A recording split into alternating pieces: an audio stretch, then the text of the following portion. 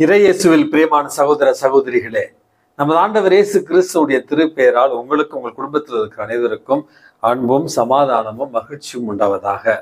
அன்புமிக்கவர்களே, August மாதம் 21ஆம் தேதி தாயாம் திரு அவை திருத்தந்தை புனித 10ஆம் பத்திநாதர் அவர்களுடைய நினைவு நாளைத்தான் கொண்டாடுகிறது. அன்புமிக்கவர்களே, திருச்சபையுடைய வரலாற்றுல 20வது நூற்றாண்டுல வாழ்ந்த மாபெரும் ஒரு புனிதராக, மறுமலர்ச்சியினுடைய திருத்தந்தையாகத்தான் இந்த திருத்தந்தை 10ஆம் பத்திநாதர் அறியப்படுகிறார். பிறந்தது இத்தாலி தேசத்துல 1835வது ஆண்டு. மிக ஏழ்மையான ஒரு குடும்பம், பல குழந்தைகள், வறுமை, அதே நேரத்துல விசுவாசத்திலும் நம்பிக்கையிலும் ஒழுக்கத்திலும் செழிப்பாக இருந்த ஒரு குடும்பம். அன்புமிக்கவர்களே, குருத்துவ படிப்புகளை முடித்து குருவாக திருநிலைப்படுத்தப்பட்டு இவருடைய திறமையை கண்டு பதவிகள் இவரை தேடி வருகின்றன. ஆயராக திருநிலைப்படுத்தப்படுகிறார். அதற்கு பிறகு திருத்தந்தையால் ரோம் நகருக்கு அழைக்கப்பட்டு அங்கே பல பொறுப்புகளும் இவருக்கு ஒப்படைக்கப்படுகின்றன. பிறகு 1904வது ஆண்டு இவர் திருத்தந்தையாக உயர்த்தப்பட்டார் என்று இவருடைய வாழ்க்கையில நம்ம வாசிக்கிறோம். புது நன்மை பெறுகிற குழந்தைகளுடைய பாதுகாவலராகவும் இவர் அறிவிக்கப்பட்டிருக்கிறார். அன்புமிக்கவர்களே, மிக எளிமையான ஒரு திருத்தந்தையாகவும், வாழ்நாள் முழுவதும் புனிதத்தில் வாழ்ந்த ஒரு திருத்தந்தையாகவும், திருச்சபையில பல மாற்றங்களை ஏற்படுத்திய ஒரு திருத்தந்தையாகவும், திருச்சபையுடைய பாரம்பரியத்திற்கு முக்கியத்துவம் கொடுத்த ஒரு திருத்தந்தையாகவும் இவர் கருதப்படுகிறார்.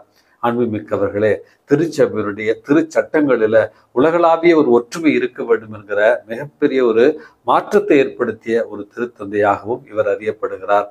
1914வது ஆண்டு முதலாம் உலகப் போர் தொடங்கப்பட்டதை அறிந்து அதிர்ச்சியில இவர் இறைவனடி சேர்ந்தார் என்றும் இவருடைய வாழ்க்கை வரலாற்றில நம்ம வாசிக்கிறோம்.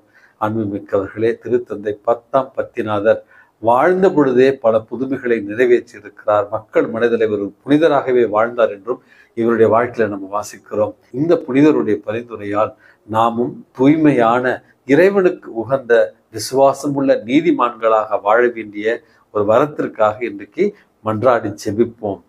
அன்புமிக்கவர்களே, இன்றைக்கு நமக்கு கொடுக்கப்பட்டிருக்கிற நற்செய்தி வாசகத்துல ஒரு உவமை நமக்கு கொடுக்கப்பட்டிருக்கிறது. அதாவது, அரசர் ஒருவர் அல்லது அரச குடும்பத்தை சார்ந்த ஒருவர் விருந்தளிக்கிறார். அழைக்கப்பட்ட பலர் தொடக்கத்திலேயே இந்த அழைப்பை நிராகரித்து விடுகிறார்கள்.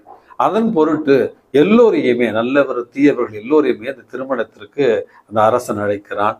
அப்பொழுது அந்த அரங்கம் நிரம்பி வழிகிறது. அதுல ஒருவர் மட்டும் திருமணத்திற்கான அந்த ஆடையை அணியாத ஒரு காரணத்தினால் திருமண விருந்திலிருந்து அவர் விரட்டி அடிக்கப்படுகிறார். அன்புமிக்கவர்களே, இந்த ஓமை என்பது ஏதோ இயேசு அப்பொழுது வாழ்ந்த மக்களுக்காக சொன்ன ஒரு ஓமை என்று நம்ம நினைத்து கொண்டிருக்கலாம். இல்லை இல்லை, இந்த ஓமை உங்களையும் என்னையும் சார்ந்த ஒரு ஓமை. நல்லவராம் கடவுள் திருமண விருந்தை, மிகப்பெரிய ஒரு அரச விருந்தை நமக்கு கொடுக்கிறார். நம்மில் பலர் நேரடியாகவே அந்த திருமண விருந்திற்கு கொடுக்கப்பட்ட அழைப்பை நிராகரித்து கடவுளை விட்டு விலகி, கடவுளை வெறுத்து, கடவுளுக்கு எதிரான ஒரு வாழ்க்கையை இந்த உலகத்துல வாழ்ந்து கொண்டு இருக்கிறோம். அப்படிப்பட்டவர்கள் தான் திருமண அழைப்பை நிராகரித்தவர்கள். இரண்டாவது நல்லவர்களையும் தீயவர்களையும் அந்த திருமண விருந்திற்கு அழைக்கிறார். அப்படி என்றால் இறைவனுடைய அழைப்பு தாராள ஒரு அழைப்பு. நல்லோர் மீதும் தீயோர் மீதும் மழையை இறைவன் பொழியச் செய்வது போல, நாம் நல்லவர்களாக இருந்தாலும் தீயவர்களாக இருந்தாலும், தகுதி உள்ளவர்களாக இருந்தாலும் பாவத்தினால் தகுதி இழந்தவர்களாக இருந்தாலும் அந்த அழைப்பை கொடுக்கிறார். 3வது பகுதியில தான் அழைக்கப்பட்டோரில் ஒருவர் மட்டும் திருமண ஆடையை அணிந்திருக்கவில்லை என்பதால் அவரை அந்த திருமண விருந்திலிருந்து புறம்பே தள்ளுகிறார்கள். நீங்க கேட்கலாம், ஃபாதர், ஒருவேளை அந்த அழைக்கப்பட்டவருக்கு வீட்டுல நல்ல ட்ரெஸ் இல்லாம இருந்திருக்கலாம், திருமணத்திற்கான அந்த ஆடையை போடாம வந்ததற்காக வந்திருக்கிறார்ல, அவருக்கு விருந்து கொடுக்க வேண்டித்தானே, எதற்கு கடவுள் அவரை விரட்டி அடிக்கிறார் அப்படி என்று நீங்க ஒரு கேள்வி கேட்கலாம். அன்புமிக்கவர்களே, திருமண அந்த ஆடை என்பது இயேசு வாழ்ந்த ஒரு காலகட்டத்தில் அரச திருமணங்கள் இருந்தால் அழைக்கப்பட்ட அழைப்பிதழ்களோடு திருமண ஆடையும் கொடுக்கப்படுமா? அதாவது இன்றைக்கு நம்ம வீட்டுல எல்லாம் திருமணம் நடந்தா மாப்பிள்ளை சைட்ல சொந்தக்காரவங்க எல்லாத்துக்கும் ட்ரெஸ் எடுத்து கொடுப்போம் இல்லையா? அதுபோல அழைப்பிதழ் கொடுக்கப்படும் பொழுது அந்த திருமணத்திற்காக பிரத்யேகமாக செய்யப்பட்ட ஆடைகளும் கொடுக்கப்படுமா?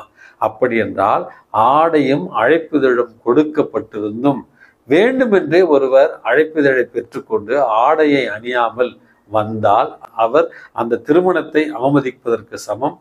அரசனுடைய அழைப்பை அவமதிப்பதற்கு சமம் என்றுதான் இந்த இடத்துல நம்ம புரிந்து கொள்ள வேண்டும். அப்படி என்றால் கொடுக்கப்பட்ட திருமண ஆடையை வேண்டுமென்றே அணியாத அவர் அரசனை அவமதிக்கின்றார். திருமணத்தில் வந்திருக்கிற மற்ற விருந்தினர்களை அவர் அவமதிக்கின்றார். இந்த ஆடை என்பது புது வாழ்வை நமக்கு குறிக்கிறது.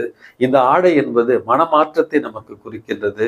இந்த ஆடை என்பது இறைவனுடைய சித்தத்தின்படி நடப்பதை குறிக்கின்றது. இந்த ஆடை என்பது இறைவனுக்கு கீழ்ப்படிந்து நடக்கிறோம் என்கிற அந்த ஒரு செயலை நமக்கு குறிக்கிறது. இறைவன் நமக்கு நிலை வாழ்விற்கான அழைப்பை கொடுக்கிறார்.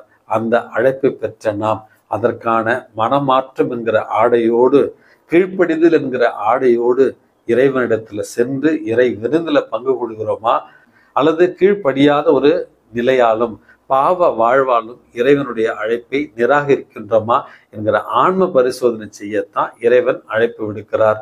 நீட் எக்ஸாமுக்கு 1 வருடம் 2 வருடம் கஷ்டப்பட்டு தயார் செய்து இங்கே இருந்து அவர்கள் வேறு இடத்திற்கெல்லாம் சென்று கடைசியில எக்ஸாம் ஹாலுக்கு செல்வதற்கு முன்பாக ஹால் டிக்கெட்டை மறந்து போய்விடுவார்கள் ஒரு சில பேர். அன்புமிக்கவர்களே, இவ்வளவு கஷ்டப்பட்டு இவ்வளவு வேதனையோடு அதற்காக உழைத்து, ஆனால் கடைசியில அதற்கான அடிப்படையான ஹால் டிக்கெட்டை, நுழைவுச்சீட்டை எப்படி நம்ம மறந்து விட்டு செல்கிறோமோ அதுபோலதான் இந்த உலகத்துல எவ்வளவு வேதனைப்பட்டாலும், எவ்வளவு கஷ்டப்பட்டாலும், எவ்வளவு சோதனைகள் இருந்தாலும் மனமாற்றம் மற்றும் கீழ்ப்படிதல் என்கிற புண்ணியத்தோடு இறைவனுடைய அந்த திருமண நிறை வாழ்விற்கான அழைப்பை ஏற்றுக்கொள்ள நாம் மறுத்தோம் என்றால் நிச்சயமாக இறை விருந்திலிருந்து புறம்பே மட்டுமே தள்ளப்படுவோம்.